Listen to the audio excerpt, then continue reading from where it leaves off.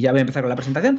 Pues os voy a contar básicamente un poco lo que hemos estado haciendo, una visión general. No, voy a intentar que sea lo más general y ameno posible y fácil de entender para todos, de lo que hemos estado haciendo, lo que he estado haciendo con el grupo, las líneas de investigación desde que volví a España, básicamente, desde que comencé mi grupo de investigación como IP en el Hospital Universitario Ramón y Cajal, y el trabajo que posteriormente hemos seguido haciendo en el CNB, que básicamente es la misma línea de investigación, ¿no?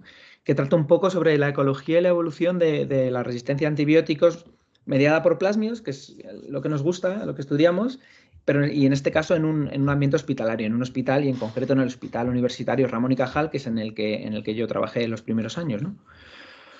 Bueno, no creo que haga falta introducir la relevancia de la resistencia a antibióticos, pero bueno, ahora sí lo voy a hacer. Básicamente, como ya sabréis, la resistencia a antibióticos es la habilidad que tienen las bacterias para resistir o no verse afectadas por los tratamientos con antibióticos, ¿no? Y esto es un enorme problema de salud pública. Básicamente es así porque desde la introducción en la práctica clínica de los antibióticos a mediados del siglo pasado, las bacterias han ido acumulando mecanismos de resistencia a antibióticos, que la mayoría de ellos ya existían, pero se han ido seleccionando y diseminando entre bacterias de relevancia clínica. Entonces tenemos una situación en la que, no sé si veis si veis el cursor de mi ordenador, ¿no? Sí, se ve perfecto.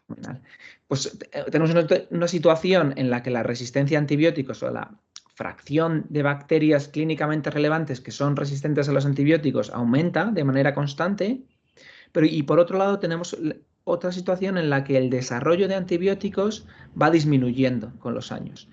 Es decir, todos aquellos antibióticos que eran relativamente fáciles de descubrir ya se han descubierto y ya se han introducido en la práctica clínica, y cada vez es más y más difícil desarrollar nuevos antibióticos por múltiples factores, tanto científicos como económicos, pero básicamente tenemos esa situación en la que cada vez hay más resistencia y cada vez hay menos antibióticos nuevos, y esto está llevando a una situación en la que las predicciones nos dicen que para el 2050 las infecciones producidas por bacterias resistentes a los antibióticos pueden ser la primera causa de muerte a nivel mundial, ¿no? Produciendo más de 10 millones de muertes en el mundo, ¿vale? Estas son predicciones, esperemos que no sea así, que podamos contrarrestar este problema, pero es obviamente un problema relevante, y eso hace que todas las agencias de salud a nivel internacional, como el CDC, el ECDC, la Organización Mundial de la Salud, etcétera, sitúan la resistencia a antibióticos en las bacterias como uno de los principales problemas de salud pública en todo el mundo, ¿no? En España tenemos el Plan Nacional de Resistencia a Antibióticos, que trata un poco de lidiar con estos problemas, que es un programa bastante activo y con iniciativas exitosas. Estos son los mismos datos, pero más recientes. Esto es un estudio grande que se realizó basado en datos del 2019, en el que básicamente, de nuevo, se recalca que más de 1 millón de muertes están directamente producidas por bacterias resistentes a los antibióticos en el mundo en este año 2019, y 5 millones de muertes están asociadas de una manera con infecciones resistentes a los antibióticos. Igual no causadas directamente, pero indirectamente asociadas con este tipo de infecciones. Bueno, simplemente estos datos son para subrayar la relevancia del problema desde un punto de vista de salud pública.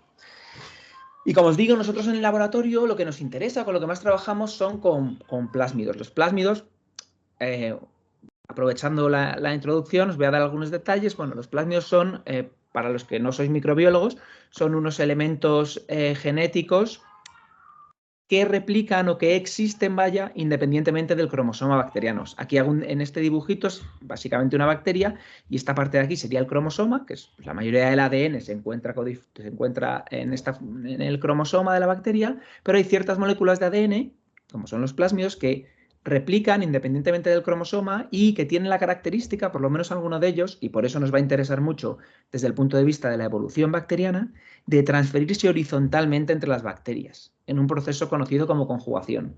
Es decir, estos plásmidos pueden pasar directamente de una bacteria a otra y por lo tanto pueden transferir toda esa información genética que codifican directamente de una bacteria a otra, ¿ok? Estos plásmidos, sobre todo en los ambientes clínicos, codifican normalmente muchos o bastantes genes de resistencia a antibióticos y al poder diseminarse así de esta manera son uno de los principales vehículos para la evolución de la resistencia, porque pueden pasar de unas bacterias a otras, diseminando así los genes de resistencia.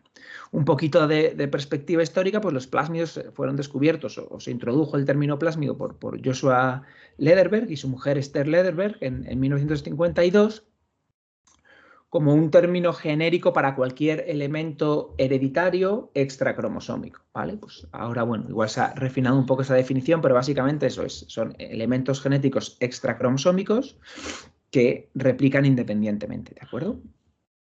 Bueno, aquí tenemos una de las primeras imágenes de microscopía de estos plásmidos, ¿veis? Un circulito de ADN, ¿vale? Que se puede transferir entre bacterias por este mecanismo de conjugación. De nuevo lo mismo, que está el cromosoma, el plásmido a través de un sistema de secreción tipo 4 como este, que conecta a las bacterias y las atrae, pasa de una bacteria a otra.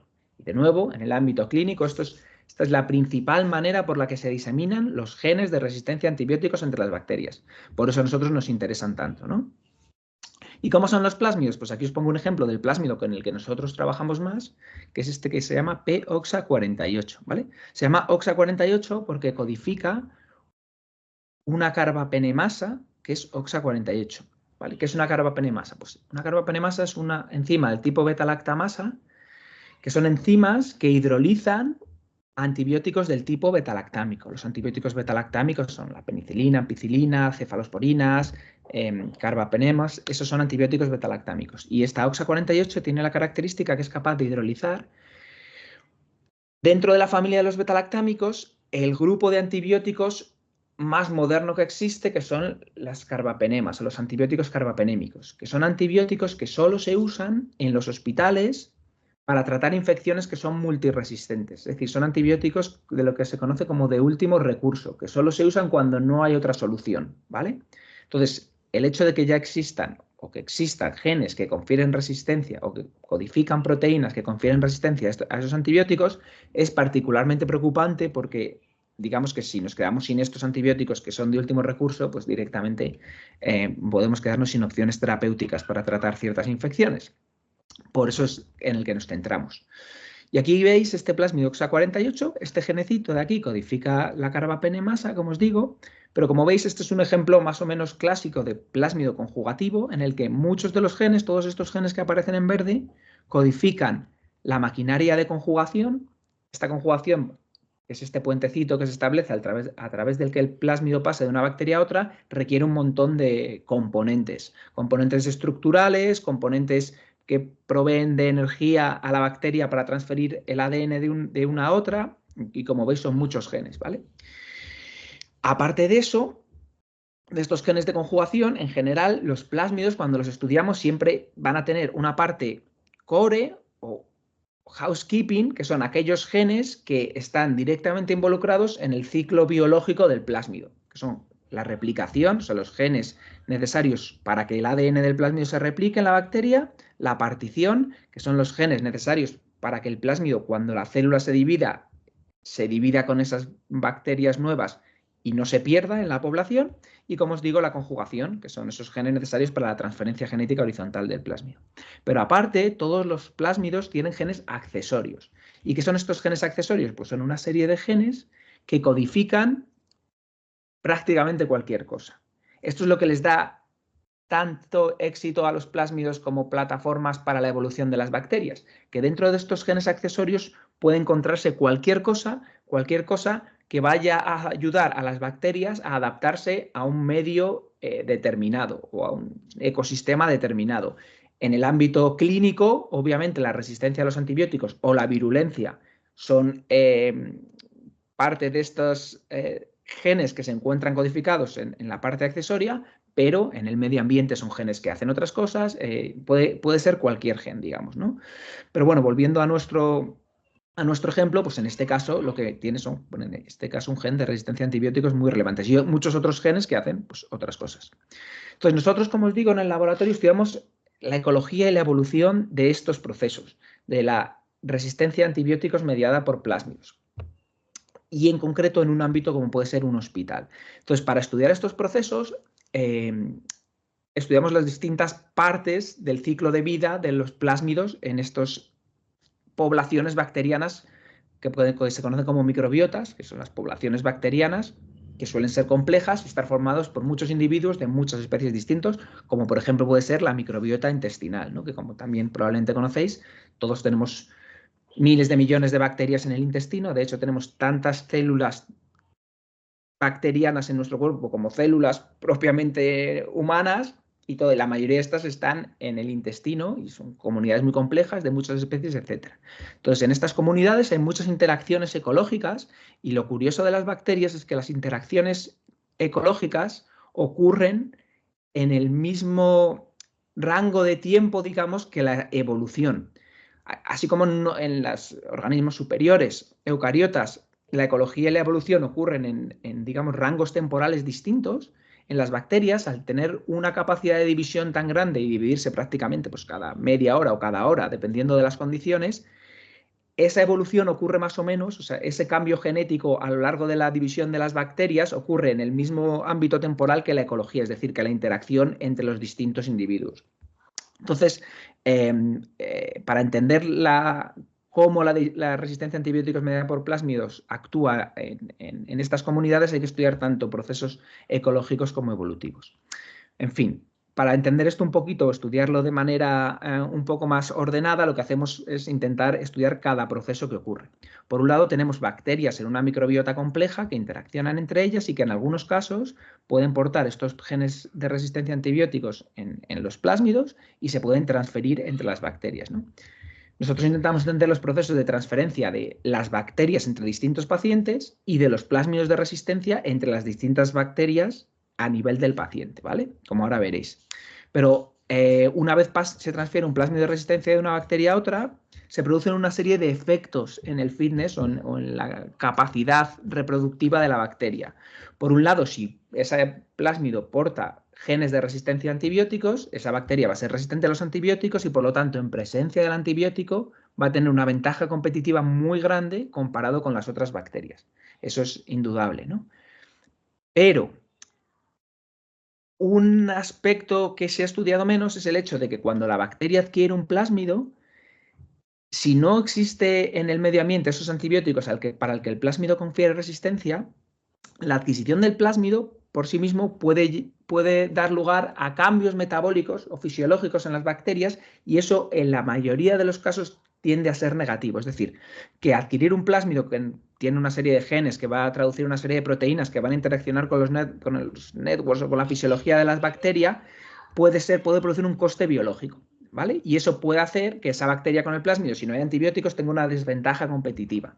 Y todas esas interacciones son las que van a determinar que el plásmido sobreviva o no en las poblaciones microbianas. Pero estas interacciones no son estáticas. Como os digo, las bacterias evolucionan muy rápido y estas interacciones son dinámicas. Entonces, a lo largo del tiempo y en realidad en rangos de tiempo muy pequeños, como hemos visto, mutaciones que puedan aparecer en el plásmido de la bacteria pueden cambiar estos posibles costes biológicos a los que esté dando lugar el plásmido, o pueden hacer que el plásmido produzca un mayor nivel de resistencia a los antibióticos, lo cual puede ser una ventaja si hay antibióticos en el medio. Es decir, hay muchas interacciones y muchas mutaciones que ocurren en espacios temporales pequeños que van a afectar a estas interacciones entre el plásmido y la bacteria, ¿vale? Entonces, estos son los distintos procesos que nosotros intentamos estudiar. Vale. ¿Y qué modelo utilizamos? Pues como os digo, este plásmido en concreto, P-OXA48, que es un plásmido que replica o que funciona en bacterias de esta familia que son las enterobacterias, ¿vale? Entonces, estas enterobacterias que producen carbapenemasas o enterobacterias resistentes a los antibióticos carbapenémicos son uno de los grupos que se pone como en el top de bacterias más preocupantes en los ámbitos hospitalarios, por lo que os decía de que son bacterias resistentes a antibióticos de último recurso, y además dentro de estas bacterias hay cepas o determinadas líneas que son patogénicas y que colonizan a los pacientes hospitalizados y en muchos casos pueden producir hasta la muerte, ¿no? Entonces, especies como Klebsiella pneumoniae o Escherichia coli pertenecen a esta familia. Y como os digo, estas enterobacterias productoras de carbapenemasa son bastante preocupantes. Y, como os digo también, en muchos de los casos, o sobre todo en el caso que nos interesa, estas carbapenemasas se codifican en plásmidos. Pues como esta OXA48, que es la que estudiamos, pequeño repaso, daros cuenta, esta enzima se describió por primera vez hace poco más de 20 años, ¿de acuerdo? Un único caso. Hasta entonces había otras versiones de estas beta-lactamasas del tipo OXA, pero ninguna que confiriera resistencia a este tipo de antibióticos. Y en menos de 20 años está distribuida absolutamente por todo el mundo. Es especialmente prevalente en el área del Mediterráneo y en Oriente Próximo, y bueno, en Europa en general, pero está distribuida en todo el mundo. Lo que os da una idea de la velocidad con la que este tipo de genes de resistencia se pueden diseminar, ¿vale? Lo bueno para nosotros es que casi siempre viene codificada en el mismo plásmido, con lo cual nos facilita mucho el estudio epidemiológico, porque siempre que aparece esta carbapenemasa está codificada en el mismo plásmido, con lo cual, si sigues la epidemiología del gen, sigues la epidemiología del plásmido, que no siempre es el caso. Y además, una cosa que nos interesa mucho y de la que voy a hablar a lo largo de la charla, es que este plásmido casi, aunque puede replicar, como hemos comprobado, en muchas especies distintas de enterobacterias, casi siempre se asocia con un puñado de clones de alto riesgo de Klebsiella pneumoniae. Los clones de especies de interés clínicos como estas, los microbiólogos clínicos los definen por lo que llaman sequence type, que es una manera de categorizar los clones basados en secuenciar ciertos genes. Entonces, estos sequence type, el ST11, 15, bueno, en fin, estos STs, que en este caso sabemos que son particularmente preocupantes porque son de lo que se conoce como alto riesgo, porque pueden producir problemas en los pacientes, pues hay un puñado de estos STs que están estrechamente ligados a este plásmido. Y eso es muy interesante porque el plásmido, aunque pueda replicar en muchas cepas y muchas especies distintas, se asocia específicamente a unos STs que tienen éxito a nivel mundial. Y eso en el laboratorio nos interesa mucho porque pensamos que si podemos desentrañar las causas del éxito de estas asociaciones concretas, quizá podremos encontrar mecanismos específicos que podamos utilizar para luchar o contraseleccionar estas asociaciones y la evolución de la resistencia a antibióticos mediada por estos plásmidos, ¿no? Bueno, pues en concreto yo cuando volví a Madrid en el 2016, el jefe de servicio de microbiología del hospital Ramón y Cajal, el profesor Rafael Cantón, estaba llevando a cabo un gran estudio de aislamiento y de muestreo de pacientes hospitalizados, que se conocía, que bueno, tenía el nombre de Arnosis, en el que todos los pacientes que eran admitidos en 4 servicios distintos del hospital, en la admisión se les tomaba una muestra con un hisopo perianal para detectar la colonización intestinal de esos pacientes, la posible colonización intestinal por enterobacterias productoras de distintos genes de resistencias, entre los que estaban estas carbapenemasas, ¿de acuerdo? Lo interesante de Arnosis es que si los pacientes resultaban positivos, cada semana se tomaba una nueva muestra y se volvían a aislar las bacterias o las enterobacterias productoras de estos genes de resistencia. De esta manera se producían líneas temporales de aislados resistentes a los antibióticos, que para nosotros es muy interesante porque nos permite estudiar bien la ecología y la evolución de estas bacterias en el intestino de los pacientes a lo largo del tiempo. ¿De acuerdo? Entonces, utilizando esta colección como base, investigamos cuántas de estas 28.000 muestras tomadas, de las que se aislaron otras muchos miles de bacterias, eran enterobacterias productoras o portadoras del plásmido P-OXA48. Y en este caso recuperamos 224 de ellas, que posteriormente hemos ampliado esta colección y ahora tenemos pues, unas cuantas más. Y está aisladas de 105 pacientes. Como veis, hay más bacterias que pacientes, por esto que os digo de que hay líneas temporales de aislados recuperados de los mismos pacientes, ¿de acuerdo? Entonces, lo primero que quisimos estudiar es, ¿podemos utilizar esta colección para estudiar estos eventos de transferencia de las bacterias entre los pacientes en el hospital y de los plásmidos entre las bacterias en la microbiota intestinal de los pacientes? Pues eso es lo primero que hicimos. Entonces, como os digo, la epidemiología de este tipo de bacterias en el hospital tiene, digamos, 2 niveles. Por un lado está bacterias portadoras del plásmido que se pueden transferir entre pacientes de manera directa o indirecta a través del personal o de superficies.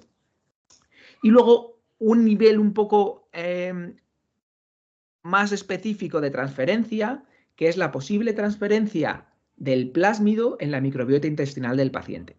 Cuando un paciente se coloniza por una de estas enterobacterias portadoras de POX48, existe la posibilidad de que el plásmido conjugue desde el, digamos, clon que coloniza el intestino hacia enterobacterias residentes en la microbiota intestinal del paciente que reciban el plásmido, ¿de acuerdo?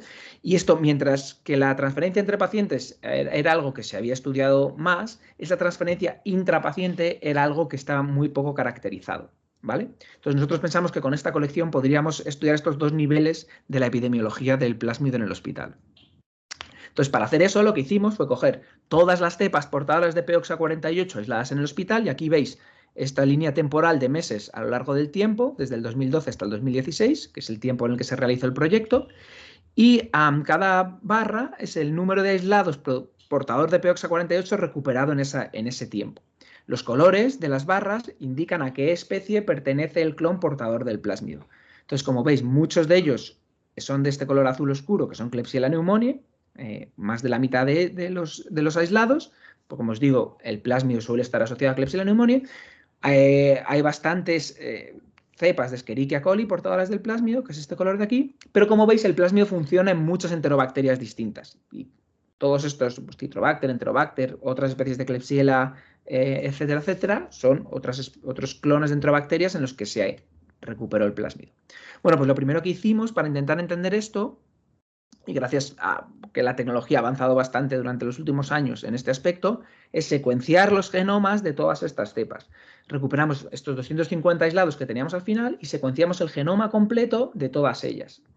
Y esto te da un montón de información porque puedes hacer unos análisis bastante finos a nivel de utilizando las secuencias de estas bacterias, como os voy a explicar ahora. Entonces, ¿qué es lo que hicimos? Pues con estas secuencias de las bacterias intentamos reconstruir primero las dinámicas de transferencia de las bacterias portadoras del plásmido entre los pacientes. Para eso colaboramos con Ben Cooper de la Universidad de Oxford, que es un epidemiólogo que usa modelos matemáticos para intentar reproducir estas dinámicas. Básicamente lo que utilizamos son unos modelos en los que tú incluyes los datos genómicos de las bacterias, así como todos los datos epidemiológicos que tengas sobre los pacientes de los que se han aislado las bacterias. En qué habitación estaban o en qué servicio estaban, cuándo se aisló la bacteria, cuándo se ingresó al paciente, cuándo se le dio de alta. Entonces, combinando este tipo de datos, se pueden reproducir las trayectorias más probables de transferencia de las bacterias entre los pacientes. Esto, por supuesto, solo te da unas probabilidades, no te da una certeza absoluta, pero sí que te reproduce una serie de transferencias posibles entre pacientes de estas bacterias, que es lo que reproducimos aquí. Aquí en esta gráfica pongo los 4 servicios del hospital en los que se muestreó. Cada línea horizontal representa un paciente. Los segmentos indicados en gris son el periodo de estancia del paciente en el hospital desde el ingreso hasta el alta, ¿vale? En los distintos servicios, como veis, hay distintos números de pacientes dentro del estudio. Y las flechas indican esos potenciales eventos de transferencia de bacterias entre pacientes que digamos que nos prevé o nos predice los distintos programas que utilizamos. El color de la flecha indica qué ST o qué clon es el que se está transfiriendo entre los pacientes, y el grosor de la flecha te indica la probabilidad de que este evento sea efectivamente un evento de transferencia entre los pacientes. Como ves, algunas de las flechas están muy aisladas temporalmente desde el origen hasta el paciente final. Y eso es porque este programa, o sea, estas transferencias no tienen necesariamente por qué ser directas, sino estos programas te permiten que haya, o sea, eventos intermedios de transferencias de otros pacientes al medio ambiente hospitalario, etcétera, que estén jugando un papel en esta epidemiología. Pero bueno, un poco, en resumen, yo entiendo esto es un poquito quizás complejo de ver, pero básicamente estas flechas indican eventos en los que probablemente se ha transferido una bacteria con el plásmido de un paciente a otro, ¿vale? Cosas que cabe destacar es que la mayoría de los colores de las flechas, como veis, son de este color, que es el ST11 de Klebsiella pneumoniae, que es uno de los STs que en esta época se asociaba con mayor frecuencia a aportar el plásmido en el hospital. Algunos son de otros STs, como el 15 o el 307, que como veremos luego, el 307 actualmente es el más prevalente asociado a aportar el plásmido en el hospital, e incluso vemos algún evento de otras especies como E. coli involucrado en la transferencia entre pacientes de clones de E. coli en el mismo o en distintos servicios, ¿vale? Otra cosa muy interesante es que algunos de los pacientes parece que actúan como superdiseminadores porque veis que de algunos de estos pacientes parten muchas flechas hacia otros, lo que puede decir que esos pacientes sean el origen de muchos de eventos de transferencia, ¿no? Y otra cosa interesante o que llamó la atención es que era el servicio de neurocirugía en el que aparecían mayor número de transferencias y con mayor probabilidad. Por eso intentamos estudiar este servicio en un poco más de detalle y lo que hicimos es ir ahí a hablar con la gente del servicio e intentar obtener más información epidemiológica de la que ya teníamos. Y para eso lo que les preguntamos sobre todo es en qué camas estaban ingresados cada uno de estos pacientes a lo largo del tiempo. Entonces lo que represento aquí es de nuevo los mismos datos, pero ahora utilizamos un código de color para indicar en qué habitación estaban ingresados cada uno de los pacientes. Esto obviamente no son los nombres reales de las habitaciones, pero esto es un servicio que tiene como unas 20 habitaciones y en estas que indico aquí es en las que ha habido por lo menos un paciente que está involucrado en uno de estos procesos de transferencia. Y una cosa que nos llamó mucho la atención es que una de las habitaciones, que aquí llamamos habitación G, que es este color rojo, ves que me parece que hay 6 pacientes distintos que solapan en el tiempo en esta habitación, porque la habitación tiene 2 camas, en los que parece que se están produciendo eventos de transferencia entre ellos en esa misma habitación. Lo que probablemente indica es que esta habitación está actuando como un hotspot de transmisión de estas bacterias. O bien porque hay un paciente que está altamente colonizado y transmite la bacteria, o bien porque hay un reservorio ambiental, pues la pila o algo en la habitación que está colonizado por esta bacteria que después se transmite hacia los pacientes. Entonces, este tipo de datos, bueno, pues aparte del interés que tiene para nosotros desde el punto de vista de investigación más o menos básica, son el tipo de cosas que nosotros luego podemos, digamos, devolver a la gente en el hospital para que quizás intenten entender por qué en este periodo de tiempo, qué medidas se habían tomado o qué estaba pasando en esa habitación para que actuase como reservorio, ¿no? Y como hotspot de transferencia. Bien. Eso es por lo que respecta a la transferencia de las bacterias entre pacientes. Pero lo bueno de este tipo de datos y de secuenciar los genomas es que también podemos utilizarlos para reconstruir, como os decía, la transferencia del plásmido entre bacterias en la microbiota intestinal de los pacientes.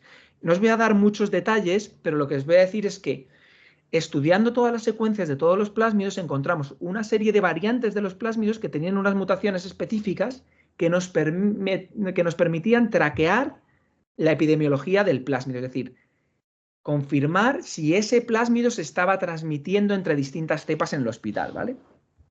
Encontramos esas variantes de los plásmidos en distintos pacientes en el hospital, que son esto que os represento aquí, y de cada paciente lo que represento son los distintos clones que se aislaron portadores del plásmido en el tiempo, los colores indican las especies, ¿vale? Y cada circulito es un aislado de esos clones. Entonces, por ejemplo, en este paciente se recuperaron 6 clones o 6 aislados, perdón, pertenecientes a distintas especies y si es el mismo clon a lo largo del tiempo, pues aparece representado en la misma línea. Pero lo que es muy interesante es que esta variante del plásmido porta una mutación que no aparece más que 6 veces y curiosamente las 6 veces que aparece en los clones aislados del mismo paciente. Lo que esto nos está indicando es que casi sin ningún lugar a dudas esa variante del plásmido se está transfiriendo horizontalmente entre las bacterias en la microbiota intestinal de este paciente. Porque es prácticamente imposible, por azar, que esta variante del plásmido aparezca en bacterias que colonizan independientemente al paciente, dado que esa mutación no está en ninguna otra bacteria en el hospital. Esto lo que quiere decir es que la variante se está transmitiendo por conjugación en la microbiota del paciente, ¿de acuerdo? Entonces, utilizando estas firmas genéticas en las distintas variantes de los plásmidos, podemos asegurar que prácticamente todos los pacientes en el hospital que se colonizan por una bacteria portadora de P-OXA48 sufren eventos de transferencia horizontal en el intestino, es decir, que la bacteria que coloniza transmite el plásmido hacia otras bacterias. Y esto tiene una gran importancia epidemiológica, porque básicamente lo que significa es que se están creando nuevas asociaciones de este plásmido de gran relevancia clínica con nuevas cepas de enterobacterias, y no solo eso, sino que además eso da lugar a portadores del plásmido en la microbiota intestinal de larga duración, digamos, porque, por ejemplo, mirar aquí este paciente que se coloniza con el ST11 portador de POX48, que como sabemos es la bacteria más prevalente con el plásmido en el hospital. A las pocas semanas ese ST11 ya no se recupera, pero aparece un ST457 de coli, una cepa de coli con el plásmido que se ha transferido horizontalmente. El paciente es dado de alta e ingresa más de un año después en el hospital, y esa misma variante del plásmido sigue estando presente en su microbiota, solo que en otra cepa distinta de Escherichia coli. Lo que significa esto es que durante más de un año ese plásmido se está moviendo entre las enterobacterias de la microbiota del paciente, y ese paciente está colonizado todo ese tiempo por este plásmido de resistencia. Lo que significa es que cuando se da el alta, ese paciente es susceptible de transmitir esa bacteria con esos mecanismos de resistencia hacia otros miembros de la comunidad, de la familia, de cercanos o no, pero es muy importante desde el punto de vista de epidemiología, ¿vale? Bien, entonces esto en cuanto a la transmisión del plásmido, ¿vale? Esto es un poco lo que hemos aprendido en cuanto a la transmisión del plásmido. Pero como os digo, otra cosa que nos importa mucho son los efectos que tiene el plásmido en el fitness de la bacteria, independientemente solo de ese nivel de resistencia o no, porque eso pensamos que puede determinar la probabilidad de que ese plásmido se mantenga en la población bacteriana. Y eso también pensamos que es lo que determina por qué algunas asociaciones entre ciertos STs o ciertos clones bacterianos y el plásmido son tan exitosas. Entonces, esto es algo que hemos estudiado mucho en el laboratorio. Para empezar a estudiar esto, lo que hicimos fue pensar qué fenotipos o qué efectos del plásmido sobre la bacteria podrían ser importantes para determinar el que las asociaciones fueran exitosas o no, ¿vale? Entonces, como os digo, tenemos los efectos que tiene el plásmido en el fitness de la bacteria, independientemente de la resistencia a antibióticos, es decir, si produce o no un coste fisiológico, los efectos que tiene el plásmido en el fitness de la bacteria si hay selección de antibióticos, que básicamente quiere decir qué nivel de resistencia confiere el plásmido a la bacteria, y finalmente la capacidad que tiene el plásmido para diseminarse horizontalmente. Por nosotros pensamos, si hay ciertas bacterias que son mejores receptoras del plásmido que otras, eso puede promover que en esas bacterias aparezca el plásmido con más frecuencia y dé lugar a estas asociaciones exitosas. Entonces empezamos a estudiar estos posibles factores. El primero que estudiamos, como os digo, es qué efectos tenía el plásmido en la bacteria en la ausencia de selección con antibióticos. Para hacer eso, lo que hicimos es coger una serie de cepas provenientes de estos pacientes, de este proyecto Arnosis, 25 cepas de coli y 25 cepas de Klebsiella pneumoniae, que aquí tenemos representadas en estos árboles según sus secuencias genómicas, y generamos versiones de estas cepas exactamente isogénicas, es decir, exactamente idénticas, excepto por la presencia o ausencia del plásmido POXA48, ¿vale? Si queremos estudiar el efecto de POXA48 en el fitness o en la capacidad de dividirse de las bacterias, necesitamos generar estas versiones exactamente iguales con y sin el plásmido, ¿vale? Una vez tenemos esas versiones, podemos estudiar el efecto del plásmido en el fitness de la bacteria, que esto es un poco, bueno, os lo voy a explicar ahora.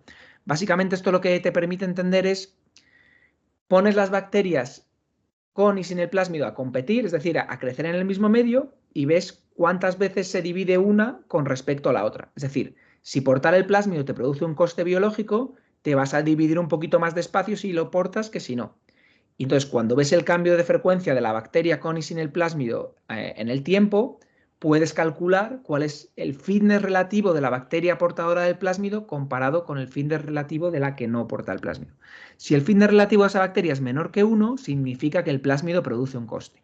Si el fitness relativo es mayor que 1, significa que el plásmido produce un beneficio en ausencia de los antibióticos. Y esta fue nuestra primera sorpresa. En este gráfico represento esos fitness relativos de las bacterias con el plásmido comparado con la misma bacteria sin el plásmido. Las barras azules son Klebsiella y las barras rojas son coli. En general, en la literatura y por nuestra experiencia previa, lo que se asumía o lo que se pensaba es que los plásmidos, si no hay esos antibióticos, producen un coste biológico, es decir, que todas las cepas iban a estar en esta parte de aquí. Pero como veis, no es así. El plásmido produce un amplio rango de efectos en fitness, una distribución amplia, y en algunas de las cepas no solo no produce ningún coste, sino que puede ser hasta beneficioso. Y esto fue un poco un pequeño cambio de paradigma en el campo, porque hasta entonces siempre se había asumido que los plásmidos producían un coste.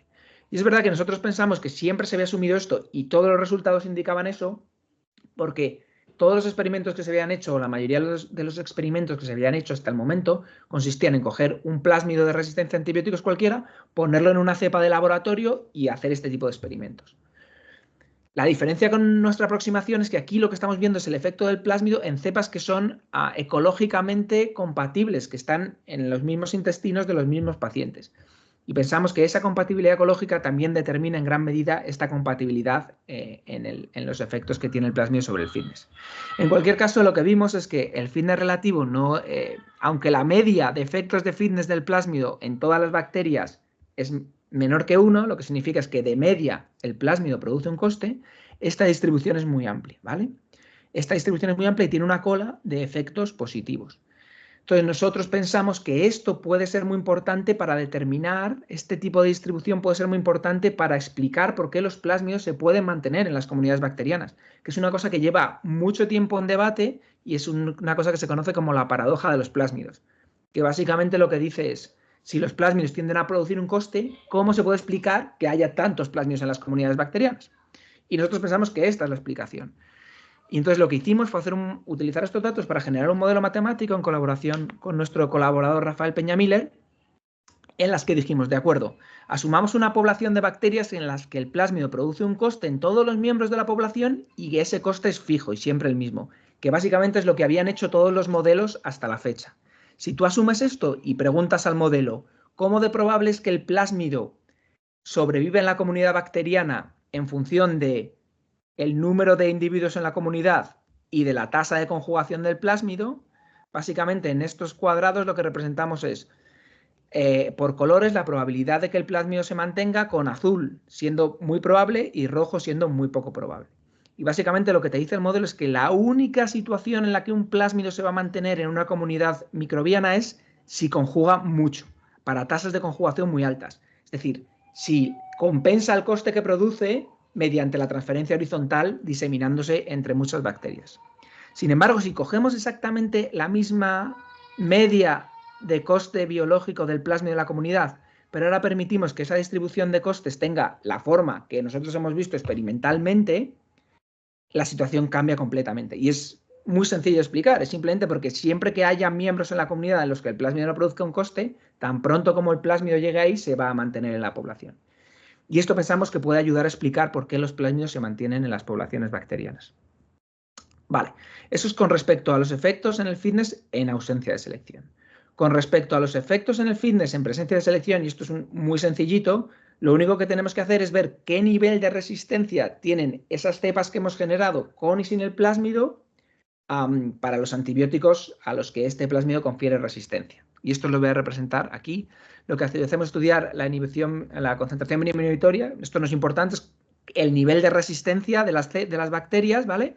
Entonces, en estos gráficos de aquí tenemos las cepas de coli y de Klebsiella, en las que se representan esas parejas isogénicas sin y con el plásmido y el nivel de resistencia que confieren a 4 antibióticos distintos betalactámicos, ¿vale? 3 de ellos, estos carbapenemas, que como digo, son a los que más nos preocupa que el plásmido confiera resistencia. Bueno, como veis aquí, en general, el plásmido confiere resistencia a esos antibióticos porque los puntos de las cepas con el plásmido están más arriba que los puntos de las cepas sin el plásmido.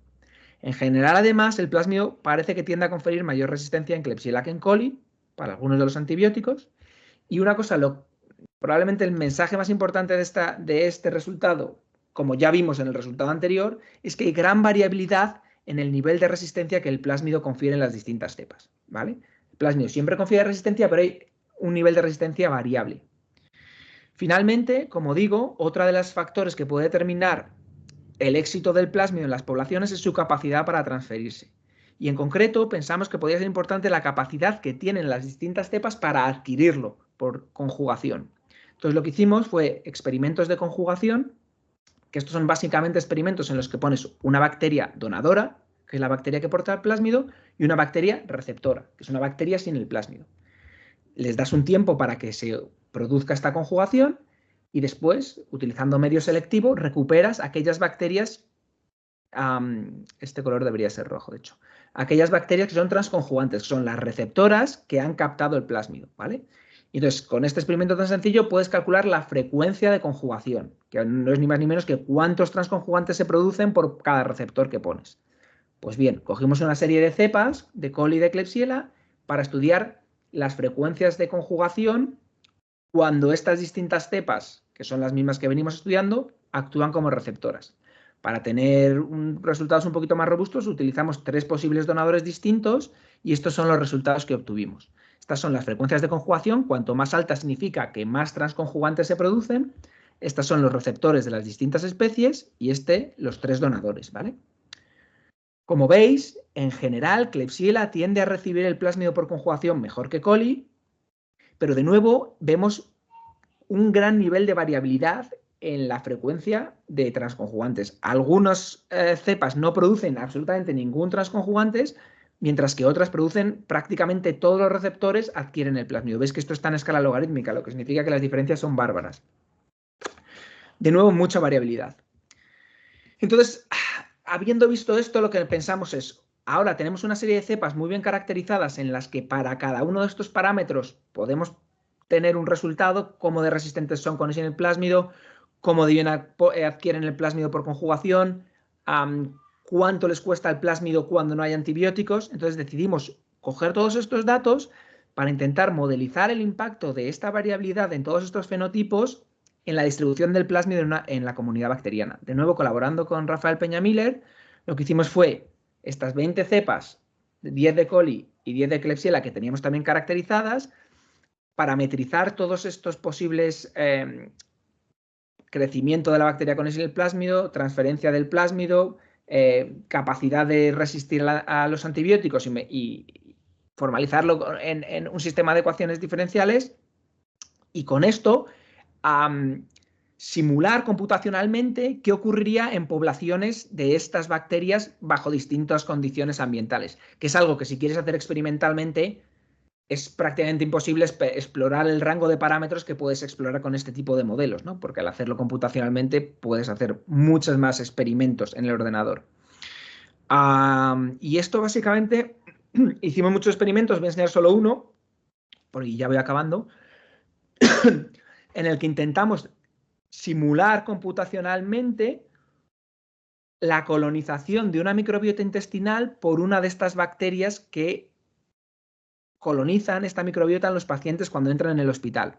Así que lo que hicimos es simular que solo uno de los miembros de la comunidad porta el plásmido al principio a una frecuencia muy baja, que es lo que esperas que pasa cuando un paciente se coloniza, y preguntar cómo se comportaría el plásmido en esa población en distintas condiciones o distintos tratamientos de antibiótico, ¿vale?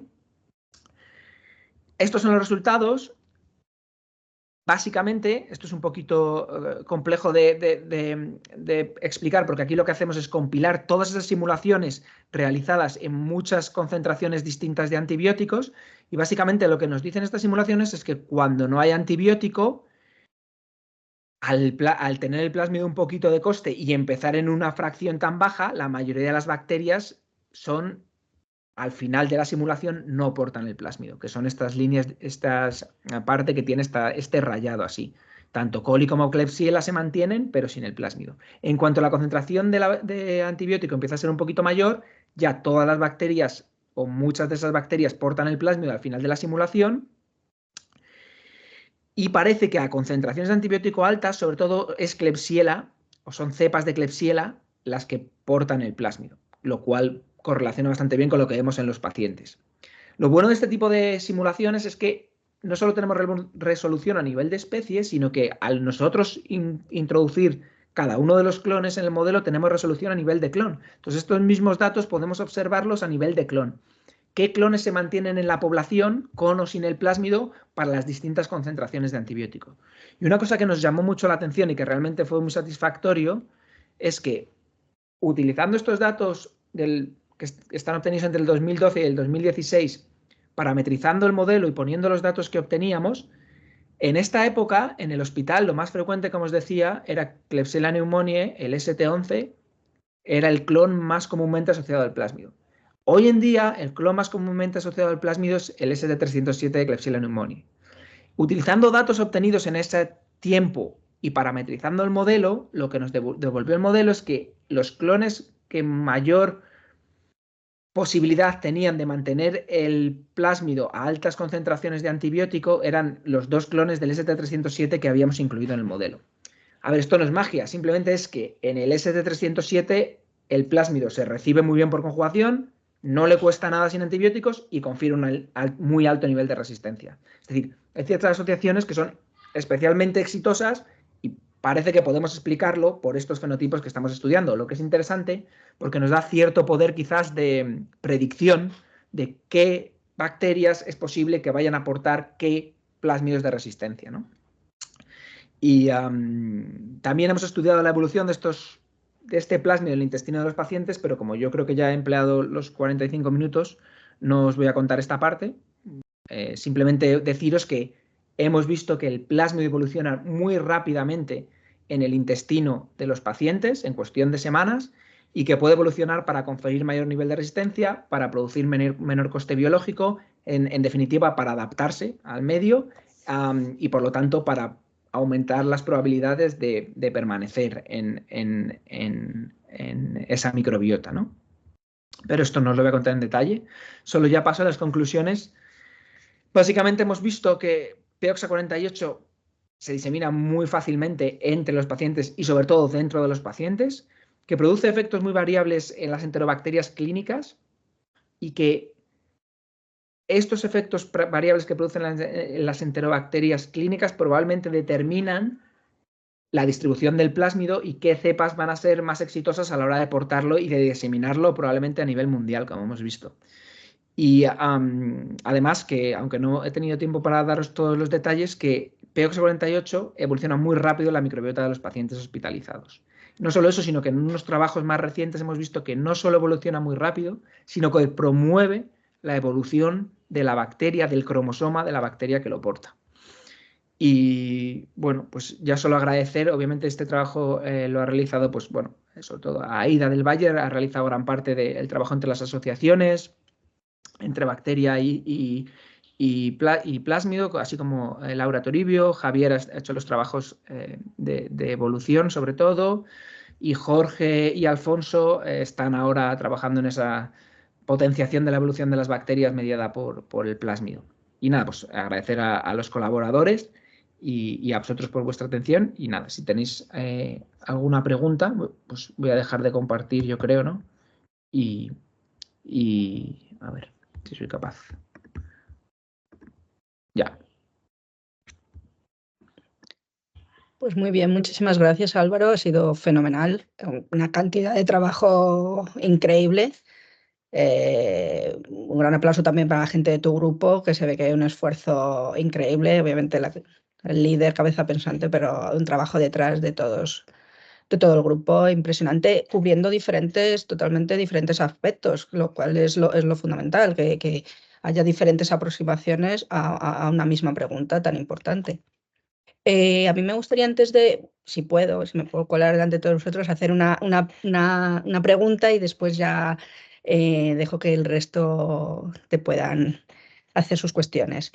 En relación a lo que has mostrado sobre, en general, qué pasa con los pacientes, esta transferencia tanto intrapaciente como, bueno, entre intrapaciente o entre ellos mismos, pero especialmente interesante lo que pasa que en un mismo paciente hay esa transferencia entre poblaciones. ¿Habéis determinado o sabéis cuál es el papel del hospedador en ese caso? O sea, ¿qué rol juegan los pacientes? O si hay se puede observar desde diferentes aspectos. ¿Hay alguna patogenia que podéis ver vosotros que a lo mejor hay una mayor incidencia en ese evento? ¿O habéis visto también, o hay diversos estudios, GWAS, asociaciones en las cuales podéis determinar algún factor genético relevante a la hora de que esto ocurra? Bueno, eso es una pregunta clave, ¿no? el problema de estos datos que tenemos es que son bastante limitados en la cantidad de metadatos que tenemos sobre estos eventos. O sea, es decir, nosotros sabemos los pacientes dónde estaban, se tomaba esa muestra, se aislaba. El problema es que se aislaba solo una o dos colonias, una colonia por especie y por morfología, digamos, en cada punto de tiempo, pero probablemente uno de los factores más importantes a la hora de determinar la transferencia del plásmido en la microbiota de los pacientes son los niveles de colonización por parte de estas bacterias. Estos pacientes en general todos están, sobre todo en sitios como neurocirugía, todos reciben tratamientos de antibióticos, no porque tengan ninguna infección, sino porque pues, se van a someter a cirugías, etcétera, y entonces hay un tratamiento de antibiótico de soporte. Todos estos pacientes, la mayoría de ellos son de edades muy avanzadas. Entonces, normalmente se producen unas disbiosis en el intestino que hace que las bacterias portadoras de estos plásmidos aumenten de manera exponencial. Porque normalmente las enterobacterias son una fracción muy pequeña, menos de un 1% de la microbiota intestinal son enterobacterias. Pero en pacientes de este tipo, cuando se están tratando con antibióticos, eso aumenta mucho.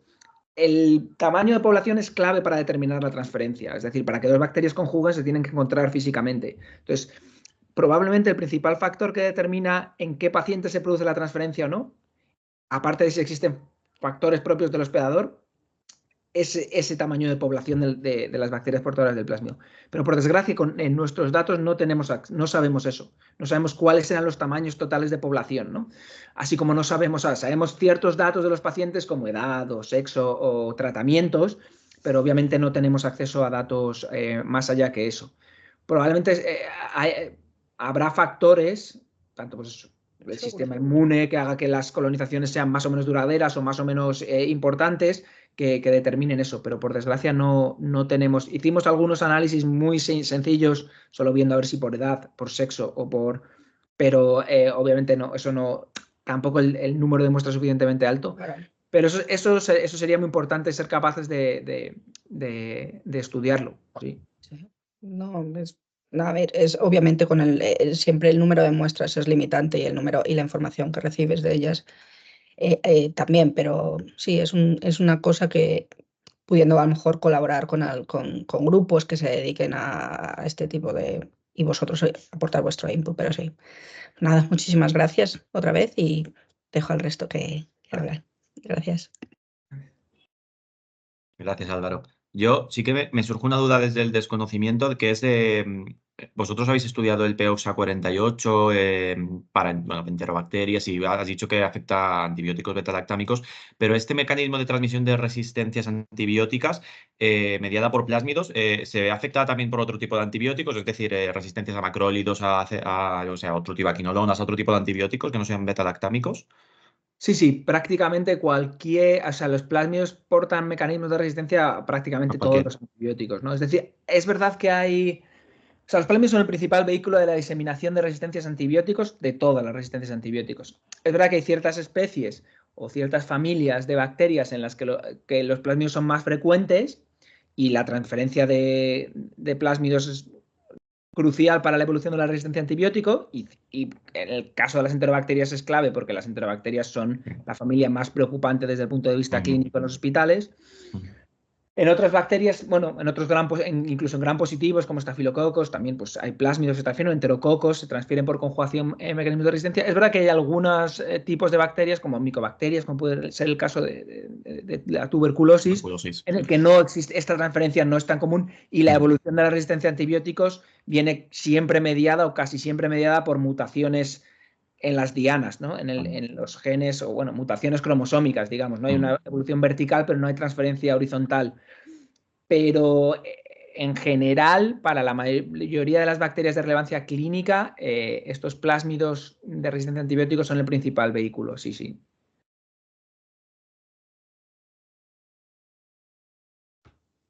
Los asistentes, si queréis, os podéis quitar el... Sí, no te oímos, Nagore, ¿estabas diciendo algo? Sí, no, que iba a decir que si alguien quiere hacer una pregunta, que se quitase lo que yo no he hecho. Sí. Bueno, entiendo que igual es un pelín, bueno, espero que haya sido más o menos digerible, igual No sé si ha sido un poco demasiado... No, técnico. yo considero está bien, está accesible, no te preocupes. No, está bien, tranquilo. No, ha sido claro y conciso, no ha sido demasiado técnico ni demasiado. Sí. No, primero, Álvaro, muchas gracias. No, creo que ha estado muy claro para todos aquellos que no somos del campo, creo que se ha entendido perfectamente. Yo tenía una pregunta. Creo que has dicho que habéis hecho secuenciación de diferentes ST correspondientes a las mismas especies para ver si encontrabais alguna correlación con ciertos aspectos del genoma. ¿Habéis encontrado alguna mutación o algunos genes de ciertas vías metabólicas que estén asociados con la mayor probabilidad de captar esos plásmidos? Eso es una pregunta muy interesante y efectivamente es una de las cosas. Si fuéramos capaces de encontrar las bases genéticas de la predisposición a aportar el plásmido, eso sería realmente espectacular, porque entonces podríamos saber ya directamente qué bacterias van a ser capaces. Hemos hecho algún intento, pero nos vuelve a pasar un poco lo mismo, que cuando haces este tipo de análisis con bacterias, pues yo como un GWAS o algo así, ¿no? Que intentes encontrar ciertas variantes asociadas a la presencia del plásmido, en general suele haber mucho ruido y es muy difícil tener una señal clara, porque es muy difícil, como la distribución del plásmido siempre está muy sesgada por ciertas partes de la filogenia y luego, obviamente, la filogenia, o sea, todos los cambios todas las características o variantes genéticas que están asociadas a la filogenia, digamos que te dificulta mucho discernir cuáles pueden ser las causas asociadas a aportar el plásmido que cuando corriges por esa filogenia, ¿no? Y nunca hemos tenido éxito, en realidad. Es verdad que lo mismo, para hacer ese tipo de análisis y tener éxito necesitas un tamaño de muestra muy grande, que por otro lado cada vez las bases de datos están absolutamente... De genomas bacterianos crecen exponencialmente, con lo cual no es imposible y sería realmente... Pero es verdad que tampoco es nuestra especialidad y no hemos sido capaces, pero sí es algo que sería realmente interesante. Sería como que Rudiger marcase un penalti al final del partido. Y otra pregunta relacionada. Supongo que habréis secuenciado los POXA de las diferentes cepas que encontráis, ¿hay algún gen accesorio que esté más asociado con este tipo de bacterias o con la mayor transferencia del plásmido? Sí, claro, hemos secuenciado, tenemos determinadas todas las posibles variantes del plásmido que encontramos en el hospital, como quien dice, y para intentar entender, sí que, claro, encontrando esas mutaciones vas sabiendo lo que hace cada gen, claro, pero una aproximación que estamos haciendo ahora para intentar entender el efecto de todos los genes en la fisiología del plásmido es utilizar lo que se llaman screens o cribados de CRISPR interference. Básicamente eso lo que haces es silencias utilizando CRISPR interference, ¿no? Silencias cada gen del plásmido individualmente, o sea, en una población en la que silencias en los distintos componentes de la población, silencias un gen distinto del plásmido y ves cómo esa población se comporta, pues si resiste más o menos a los antibióticos, si crece mejor o peor, si el plásmido se pierde más o menos, y de esa manera podemos, digamos, caracterizar cuál es el efecto de cada gen del plásmido en el fenotipo que estés estudiando. Y no solo eso, sino estamos haciendo esos screens con librerías para todo el genoma. De manera que silencias todos los genes uno por uno, tanto del plásmido como del cromosoma.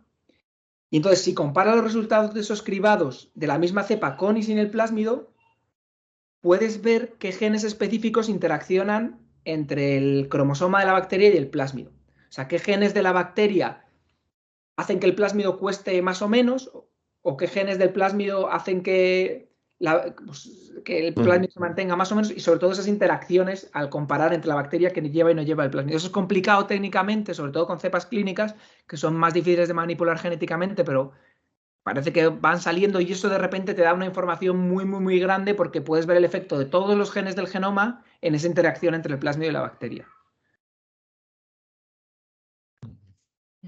Muchas gracias. ¿Puedo hacer otra pregunta? Perdón. Sí.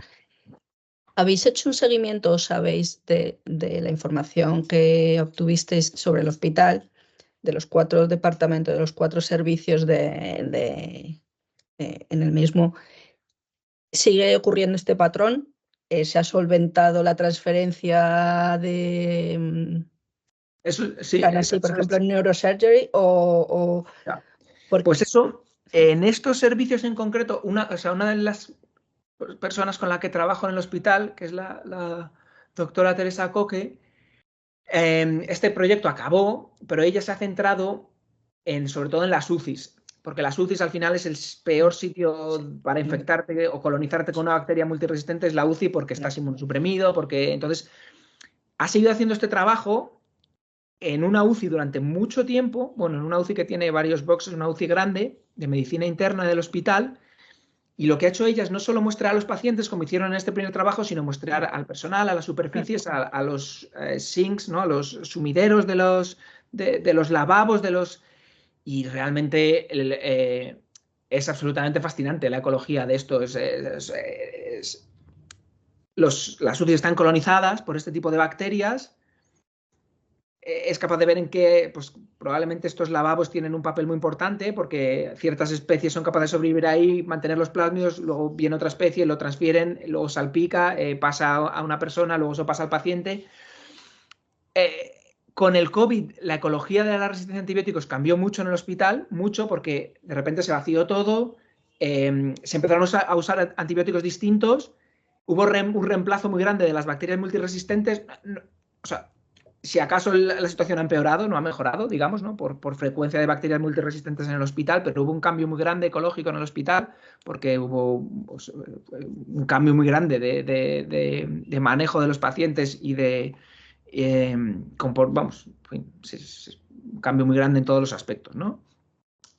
Pero bueno, así como respuesta sencilla, no. Se han reemplazado las cepas portadoras de los plásmidos de resistencia. Han aparecido igual otros genes que antes no había o ha habido cierto reemplazo, pero no. Es muy difícil gestionar mejorar estas situaciones porque estas bacterias están acostumbradas a sobrevivir en el ambiente hospitalario y las intervenciones que se pueden hacer para deshacerse de ellas es muy, muy, muy complicado. Esta gente ha encontrado incluso las arquetas de los desagües del hospital, las mismas bacterias que hace 40 años que siguen estando en el hospital, que siguen llevando los mismos genes de resistencia y es realmente la ecología de ese proceso es muy, muy difícil de solventar. Hay ciertas cosas que se pueden hacer, como por ejemplo, simplemente por sacar los lavabos de la UCI afuera. De repente, que en ciertos sitios que se ha hecho eso, se ha observado una reducción muy importante de la colonización de los pacientes. Lo bueno de entender estos procesos es que por lo menos sí te da lugar a hacer ciertas intervenciones, pero realmente son problemas complejos. Totalmente, es que es muy visual como lo que has mostrado, es que es muy claro, o sea, ver cómo se transfiere puedes ver incluso que según el departamento, según la planta o las habitaciones, es la misma cepa con los mismos plásmidos o varias cepas que te permiten una transferencia de una forma diferente, una muy, muy diversa, lo cual también, parte de lo que estabas diciendo, ¿qué se puede hacer? Aparte de estudiar muchísimo y vosotros, obviamente esto es cuanta más información y si vosotros sois capaces de distinguir y discernir esos genes o esas diferencias que tienen las cepas para poder saber el mecanismo y combatir, pero Sí. más allá de eso, a nivel salud pública per se, sí. o la ciudadanía en sí.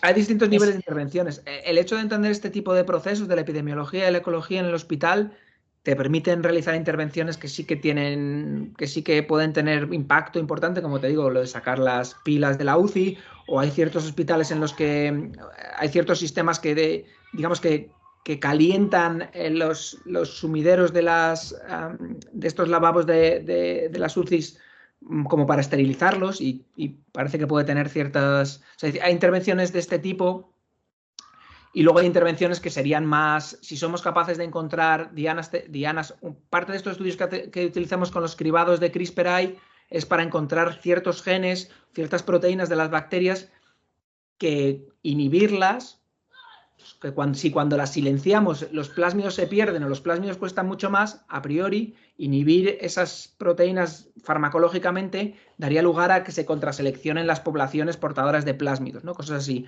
O utilizar fármacos o drogas que inhiban la transferencia horizontal de los plásmidos, o utilizar fagos que inhiban, cuya dianas, los sistemas de secreción tipo 4 de los plásmidos por los que pasa el plásmido, con lo cual son específicos contra plásmidos conjugativos. Hay muchas aproximaciones distintas y propuestas, y como es un campo que ahora tiene muchas relevancias, hay financiación y la gente realiza muchos estudios en esa dirección. Yo imagino que alguna de esas aproximaciones tendrá éxito, pero ahora mismo soy incapaz de predecir cuál, porque no hay nada que digas así, esto es lo que va a funcionar, ¿no? Obviamente hace falta desarrollar ese tipo de cosas y esperar que alguna de ellas funcione, pero ahora mismo probablemente las intervenciones que más impacto tienen son intervenciones de este tipo, de sacar las pilas de las UCIs o de cosas físicas más que gruesas, ¿no? Como muy obvias, ¿no? Pero a nivel más fino es difícil de saber. Sí. Bueno, pues te deseamos lo mejor, que sigas teniendo esa gran financiación que tienes con tus ERC para que sea exitoso y nos salves a la humanidad. Haremos lo que podamos, pero muchas gracias. Sí. Pues no sé si alguien más quiere hacer alguna otra pregunta o si no damos por finalizada la sesión. Vale, pues muchas gracias. Pues muchísimas gracias, Álvaro, de verdad, por tu magnífica charla. Ha estado súper interesante. La discusión muy interesante también, porque siempre se puede sacar un poquito más. Y no sé, ¿hay alguien que quiere hacer alguna pregunta? No, perdón. Pues eso, pues muchísimas gracias y todo lo mejor. Gracias. Me voy a ver si Muchísimas gracias. Y muchas gracias al resto por asistir. Venga, muchas gracias. Hasta luego.